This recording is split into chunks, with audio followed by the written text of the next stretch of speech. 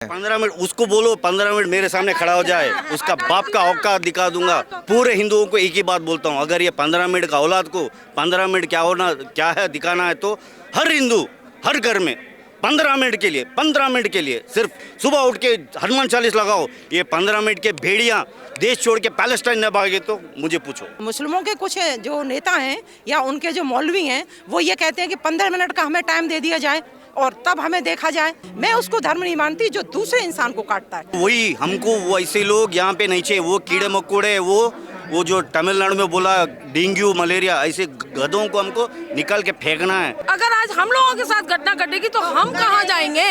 अब बताइए हम कौन सा वो देश है जो हमको शरण देगा? क्या नेपाल जाएंगे? क्या पप्पू प्रेम की दुकान जो खोल के बैठा है वो हमको जगह देगा? तो हर व्यक्ति 1 घंटे के लिए सनातन धर्म के लिए अगर बाहर नहीं आए तो हम ऐसा हालत होगा कि बांग्लादेश में जो हुआ ना उससे भी बदतर होगा, हो सकता है। तो आप लोग जाग जाओ, हर हिंदू को जागना है। आपका नाम, शुभ नाम क्या है? उषा सोलंकी एडवोकेट, मथुरा से। ये बताइए, देश का विपक्ष ये जो देखता है वो ये कहता है कि देश में नफरत घोली जा रही है, हिंदुओं में घोली जा रही है, और ये गलत है। नहीं, ये कोई बात नहीं है कि हिंदुओं में नफरत घोली जा रही है। केवल इतना सा फर्क है कि पक्षपात जो हो रहा था, हिंदुओं के साथ जो पक्षपात हो रहा था, उस पक्षपात को अब हिंदू महसूस करने लग गया है और अब उसके खिलाफ वो आवाज उठा रहा है। वो कहते हैं हमारे साथ पक्षपात किया जा रहा है, मुस्लिमों के साथ भेदभाव हो रहा है। ये बात मुस्लिमों से नफरत की नहीं है, ये बात उनको अलग करने की नहीं है, ये बात कोई भी ऐसी बात नहीं है कि उनके धर्म के खिलाफ हो या इस्लाम के खिलाफ हो। ये हम जो बात हो रही है, जो हिंदू संगठनों की बात है, वो केवल जो हिंदुओं पर अत्याचार हो रहा है उसकी सुरक्षा के लिए, उनको सशक्त बनाने के लिए, उनको मजबूत, उनको आत्मरक्षा के लिए, जो हमारा संवैधानिक अधिकार है कि अपनी आत्मरक्षा तो आपको करनी चाहिए, चाहे आप लाइसेंस ही लीजिए चाहे बिना लाइसेंस लीजिए। क्योंकि जब वो टोल में अटैक करते हैं, आक्रमण करते हैं, देश में कई घटनाएं ऐसी हुई हैं, तो उसके जवाब के लिए आप आत्मरक्षा की बात कीजिए। ये जो बात हो रही है हिंदू हक की हो रही है, आत्मरक्षा की बात होनी, आत्मरक्षा की बात होनी चाहिए। लेकिन अभी जैसे मैं स्पीच सुन रहा था तो कुछ धर्मगुरुओं ने ये तक बोला है कि इस देश में इस्लाम नहीं रहेगा और ये पूरा इलाका मोमडनों का इलाका है। अगर वो ये बयान सुनेंगे तो नहीं लगता कि वो भड़केंगे? नहीं, उन्होंने कहा कि इस्लाम नहीं रहेगा, वो उन्होंने क्रिया की प्रतिक्रिया कही है। जैसे मुस्लिमों के कुछ जो नेता हैं या उनके जो मौलवी हैं वो ये कहते हैं कि 15 मिनट का हमें टाइम दे दिया जाए और तब हमें देखा जाए, तो वो क्रिया की प्रतिक्रिया है। हिंदू हमेशा सनातनी रहा है, हमेशा दयावान रहा है, हमेशा उसने पूरी वसुधा को, पूरी पृथ्वी को कुटुंब माना है, और सनातन की जो गुण है उनको आप दृष्टिगत कीजिए। हिंदुओं ये प्रतिक्रिया भी कब हो रही है? जब हो रही है जब बांग्लादेश में हिंसक तरीके से हिंदुओं को काटा गया है। हमारे कश्मीर में ही, हमारी कश्मीर में ही महिला को आरा से चीरा जाता है, लेकिन एक भी मुसलमान, एक भी हिंदू या एक भी मौलवी या विपक्ष के लोग जो सत्ताधारी हैं, जो लालची हैं, जो सरकार के लालची हैं, उन्होंने निंदा तक नहीं करते वो लोग। क्या कश्मीर खाली हो जाता? नहीं होता। यहाँ महिलाओं को नंगा किया जाता है, रोड पे खींचा जाता है, बलात्कार होते हैं। एक भी आप मुसलमान को मुझे बता दीजिए जो वो निंदा करता हो या उन लड़कों की निंदा करता हो कि आप ऐसा मत कीजिए। क्योंकि उनको, उनका ये, आप, मैं उनको धर्म नहीं कहूँगी, पंथ कह लूँ या उनके कबीले का कानून कह लूँ। मैं मोहम्मद साहब को बहुत आदर करती हूँ क्योंकि वो एक इस्लाम को धर्म नहीं मानती? हाँ, नहीं, मैं उनको एक योद्धा मानती हूँ, क्योंकि धर्म में किसी दूसरे की हिंसा नहीं है। किसी भी धर्म में आपकी आत्मा जो होगी ना, जब आप धर्म में प्रवेश करेंगे तो आपकी आत्मा दया से भर जाएगी, ममता से भर जाएगी, वात्सल्य से भर जाएगी। लेकिन आप ये नहीं कहेंगे कि इसकी गर्दन काट दो, वो धर्म है। मैं उसको धर्म नहीं मानती जो दूसरे इंसान को काटता है। कुरान में स्पष्ट ये लिखा है कि जो आपको नहीं माने वो काफिर है, उसकी आप गर्दन काटो। तो वो एक पंथ हो सकता है, एक कबीले का नियम हो सकता है, योद्धा हो सकते हैं, वो एक योद्धा हैं। और उन्होंने इसी योद्धा के बल पर अपने 56 देश किए हैं, और इसी योद्धा के बल पर भारत का विभाजन हुआ है। इसी योद्धा के बल पर हम उसकी निंदा नहीं करते, हम उनकी उस कट्टरता की निंदा करते, उनकी इस्लाम की निंदा नहीं करते, उन मुसलमानों की भी निंदा नहीं करते। हम कलाम जैसे भी हुए उनका आदर करते हैं, रसकान जैसे हुए उन्हें हिंदू पूछता है, हम उनकी निंदा करते हैं। जो बाबर है, औरंगजेब है, जो महिलाओं को, बच्चियों को हिंदुओं के नाम पर, धर्म के नाम पर काटते हैं, बलात्कार करते हैं और उनका पक्ष लेते हैं, हम उसकी कश्मीर में किसी भी महिला को अगर आरी से कीजिए आपके रोंगटे खड़े हो जाएंगे। जरा सोच के देखिए आप, क्या किसी मुस्लिम कोई निंदा करता है कि ये मत कीजिए? तो उसको भी झूठ कह देते हैं कि ये सब झूठ है, ये सब भड़काने के लिए दिखाया जा रहा है। नहीं है, ये झूठ नहीं है, ये झूठ नहीं है। कश्मीर में अगर ये झूठ होता तो कश्मीर के लोग यहाँ नहीं आते। आज कश्मीर में कोई हिंदू नहीं है, उनके बाग बगीचे हवेलियाँ कुछ भी, ये तो सब ओपन है, प्रत्यक्ष को प्रमाण की आवश्यकता नहीं है। ये जो घाव, ये भारत देश में जो घाव लगे हुए हैं ना, इनके लिए दर्द आपको भी महसूस होता है, दर्द हर को भी होता है, उस मुसलमान को भी दर्द होता है, देश के विपक्ष को भी है, जो इस बयान से बड़ा चिंतित है कि योगी जी ने बोला कि बटोगे तो कटोगे। प्रधानमंत्री नरेंद्र मोदी भी बोल चुके हैं कि एक रहेंगे तो सेफ रहेंगे, लेकिन देश का विपक्ष कह रहा है कि ना कटेंगे ना बटेंगे, जुड़ेंगे और जीतेंगे और मोहब्बत की दुकान खोलेंगे। नहीं तो ये उनका, इसका हम स्वागत करते हैं अगर वो वास्तव में मोहब्बत की करते हैं, लेकिन अगर वो षड्यंत्र करते आप हैं। मानती हैं राहुल गांधी जोड़ने का काम कर रहे हैं? नहीं मानती, मैं नहीं मानती वो राहुल गांधी जोड़ने का काम करते हैं। उन्होंने हमेशा तोड़ने का काम किया, जाति जनगणना करते हैं, वो हिंदुओं को संसद में हिंसक बताते हैं, इसको आप जोड़ने की बात कहेंगे? इतने एक हिंदू देश में रह के जिसने उनको इतना सम्मान दिया, उनकी माताजी को सम्मान दिया, उनके पूर्वजों को सम्मान दिया, उसको संसद में खड़े होकर एक जिम्मेदार पार्टी का नेता, एक विपक्ष का, जो हमारे हिंदू भी उनको बहुत सम्मान देते हैं और जीत दिलाते हैं, वोट भी देते हैं, सरकार बनाते हैं, उनको वो वहाँ जीतने के बाद ये कहते हैं कि हिंसक, हिंदू हिंसक है। मैं नहीं उनको मानती कि वो जोड़ने वाले हैं। अगर वो जोड़ने वाले हों, राम और रहीम और रसखान की बातें करें, नहीं करते वो कभी, ना राम की बातें करते हैं ना कृष्ण की बातें करते हैं, तो ये उनका तोड़ने का ही काम। ये जितनी भी हिंदू प्रतिक्रिया हो रही है, ये उसकी क्रिया की प्रतिक्रिया है। क्रिया की प्रतिक्रिया हो रही है, लग रहा है ये सब बिल्कुल लग रहा है, क्रिया की प्रतिक्रिया है, बिल्कुल लग रहा है। तो सनातन बोर्ड का गठन आप लोग चाहते हैं कि होना चाहिए? हर सनातनी चाहता है, हर हिंदुस्तानी चाहता है।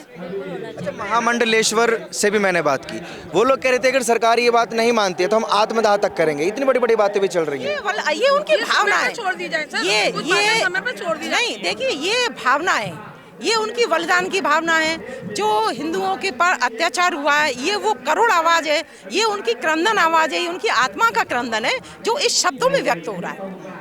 ये शब्दों में व्यक्त हो रहा है। जब किसी की बहन बेटियां, बांग्लादेश में आप देख रहे हैं क्या हुआ, बांग्लादेश में आप जानते हैं, अफगानिस्तान में आप जानते हैं, एक हिंदू नहीं बचा, पाकिस्तान में आप जानते हैं, जहाँ 25% हिंदू था, आज 1% नहीं है। तो वो उनकी आत्मा का क्रंदन है। जब आदमी ज़्यादा दुखी होता है तो ये कहता है इससे तो मर जाए तो अच्छा। तो ये शंकराचार्यों का ये आत्मदाह करने का, ये करना, ये उनकी भावनात्मक, एक तरीके से दुखी हो चुके हैं इन सब चीजों से। हिंदू बहुत दुखी हो चुका है, बहुत दुखी हो चुका है और सर से पानी उतर चुका है, तब ये हिंदू सनातन का। 100 मुसलमानों के साथ एक हिंदू नहीं रह सकता, लेकिन 100 हिंदुओं के साथ एक मुसलमान रह सकते हैं। बिल्कुल। तो आप इस पे इसमें मतलब इसमें भी सत्ता की कमी है कि वो हिंदू नहीं रह सकते, ये हिंदुओं की कमी है आपको लगता है? देखिए, ना तो मैं किसी राजनीति से हूँ, ना मैं किसी पार्टी से हूँ, मैं तो एक आम पब्लिक हूँ। मैं एक वोट देने का अधिकार रखती हूँ। मैं उस वोट पे वोट जब देती हूँ, मेरे साथ और भी सब बहनें निकल के देती हैं, पूरा देश देता है। मैं तो ये चाहती हूँ कि हमारे वोट का एक सही मार्गदर्शन में हमको सुरक्षा तो मिले। आप भी देखिए, आनंद विहार में भी 3 दिन पहले क्या हुआ, 10 लड़कियां ले ली गई। शामली से कल रात को अरेस्ट किया है, शामली से लड़कियां लेके आई, दो मुसलमान लड़कों ने नाम बदल के उनको लब जिहाद में फंसा दिया। कल आनंद विहार पुलिस लेके आई है। आनंद विहार स्कूल से, सर्वोदय स्कूल से 10 लड़कियां गायब हो गई। सर तो बताइए ना कि आप हिंदू, इसमें विपक्ष चुप क्यों रहता है? विपक्ष को बोलना चाहिए है।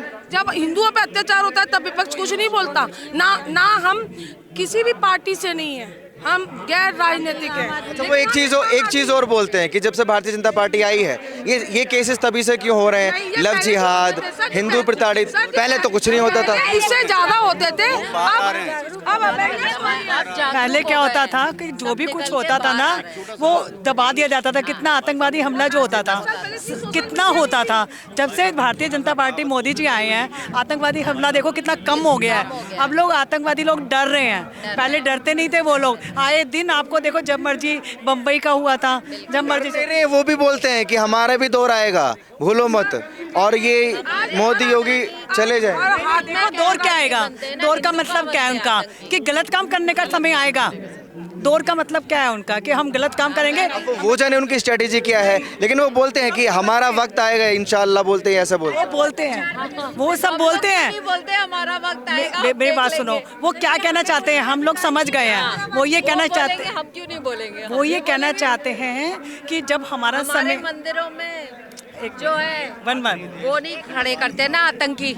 हमारे मंदिरों में हम पूजा ही करके आते हैं और उनके मस्जिदों में जी कुछ कह रहे हैं। अखंड भारत था तो अखंड भारत 10 देश था, अभी एक इकलौता देश बच गया। यदि हम आज उपस्थित नहीं होते तो हम ऐसे ही बढ़ते जाते। जो अपना लाडला जो कर रहा है, कौन सा भारत जोड़ो, वो भारत जोड़ो नहीं, भारत तोड़ने का यात्रा कर दिया उसने, और उसने ठान लिया कि ये भारत को तोड़ना है। और दूसरा चीज, पोस्टर वार चल रहा है, वो तो कह रहे हैं कि हम जोड़ेंगे, हम बटेंगे नहीं, हम जोड़ेंगे। वो क्यों जात पात का इशू कर रहा है? उसको यही है, उसको प्रधानमंत्री बनना है। जब तक मोदी जी है, उसका नहीं, उसका बाप का औकात भी नहीं है कि वो प्रधानमंत्री बन सके। अच्छा, अखंड भारत को लेकर भी शोएब जमाई एक हैं जो कहते हैं कि अगर अखंड भारत की बात करते तो कर लीजिए ना, 25 लाख बांग्लादेश से आ जाएंगे, 25 करोड़ जो है पाकिस्तान से आ जाएंगे, और हमारी तादाद ज़्यादा हो जाएगी, फिर ये मुस्लिम राष्ट्र बन जाएगा। ये वही, हमको वो ऐसे लोग यहाँ पे नहीं चाहिए, वो कीड़े मकोड़े, वो जो तमिलनाडु में बोला डेंगू मलेरिया, ऐसे गधों को हमको निकल के फेंकना है। ये जो 15 मिनट वाला भाई है ना, उसको 15 मिनट के लिए ऐसा सज़ा देना कि पूछो मत, क्योंकि वो लोग समझते हैं कि हिंदू जागे नहीं, हिंदू जाग जाएंगे, जग गए भी। कोई भी आके हिंदुओं को बीमारी बोल देता है, डेंगू मलेरिया, तो लगता है सर से पानी ऊपर जा चुका है। छोटा सा क्वेश्चन है कि जब कश्मीर में घटना घटी, कश्मीर के पंडित सारे हिंदू भाग के दिल्ली आ गए, उनके पास जगह थी। अगर आज हम लोगों के साथ घटना घटेगी तो हम कहाँ जाएंगे? अब बताइए, कौन सा वो देश है जो हमको शरण देगा? क्या नेपाल जाएंगे? क्या पप्पू प्रेम की दुकान जो खोल के बैठा है वो हमको जगह देगा? अच्छा, एक छोटा सा बात के लिए एक छोटा सा बात बोल देता हूँ। अम्मा एक मिनट कर दो, एक गांव में एक बंदा जो है बांसुरी बजाते हुए आता है। वो इस तरह बजाता है कि लोगों को परेशानी होती, जो घर में बैठे, तो वो उसे गाली गलौज देने लगते हैं। वो बजाते रहता है, ये लोग गाली गलौज देते रहते हैं। वो इतना देते हैं कि ये जो बजाता है ना, उसके कान में खून आने लगता है, फिर भी वो बजाना नहीं भूलता, बजाना नहीं छोड़ता। क्यों बजाना नहीं छोड़ता बोल तो? और ये लोग को गुस्सा आके मारना शुरू करते हैं घर से बैठ के, फिर भी वो बजाना बंद नहीं करता। यदि अगर वो बजाना बंद किया तो एक प्रलय आ जाएगा। वो प्रलय क्या बोल तो, इनके घर से जो अलमारी के नीचे से, फर्श के ऊपर से, फ्रिज के पीछे से, सोफा के नीचे से अंडे टूट के सांप आ रहे हैं। वो सांप जो हमें आपको भी निकल जाएगा, वो और कोई नहीं, हमारे नरेंद्र जी है, नरेंद्र मोदी जी। उनका अगर बांसुरी बजाना बंद हुआ तो हम नहीं रहेंगे, 2 मिनट में ख़त्म हो जाएंगे।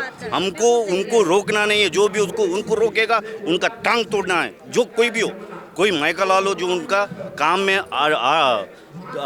अड़चन, तो उनका टांग तोड़ना ही पड़ेगा, क्योंकि ये हमारे बच्चों का सवाल है। क्योंकि क्या है, हमने अफगानिस्तान देखा है, हमने पाकिस्तान देखा है, हमने बांग्लादेश हो रहा है बांग्लादेश हुआ नहीं, हमारे सामने हो रहा है, चल रहा है। अभी भी हिंदू जागो, आप लोग कहाँ जाओगे? कौन सा देश जाओगे? ये आखिरी देश है, इसको हमको सुरक्षित करना पड़ेगा।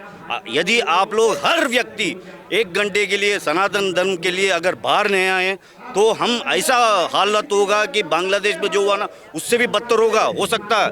तो आप लोग जाग जाओ, हर हिंदू को जागना है। अच्छा, महाकुंभ का आयोजन भी है जनवरी में, कुछ कहना चाहती हैं? हम बीजेपी के महिला मोर्चा के उपाध्यक्ष हैं। ऐसे हम मुसलमानों के एरिया में खड्डे वाली मस्जिद पर रहते हैं, बगल में ही। और जब हम प्रोग्राम करते हैं, गणेश चतुर्थी या छोटे मोटे प्रोग्राम करते हैं, तो हमारी आरती जब होती है तो उसको बंद कर देता। एक मैं ही हूँ जो मैं महिला मोर्चा से हूँ, तो मैं कहती हूँ तेज कर। जब 4 बजे भोर में तुम्हारे खड्डे वाली मतलब मस्जिद सब आ जाती है, अल्लाह दी अकबर, तब हमारा कान नहीं फटता है, तब हमें डिस्टर्ब नहीं। तो किसी मर जाता है उसका भी अनाउंसमेंट हो जाती है।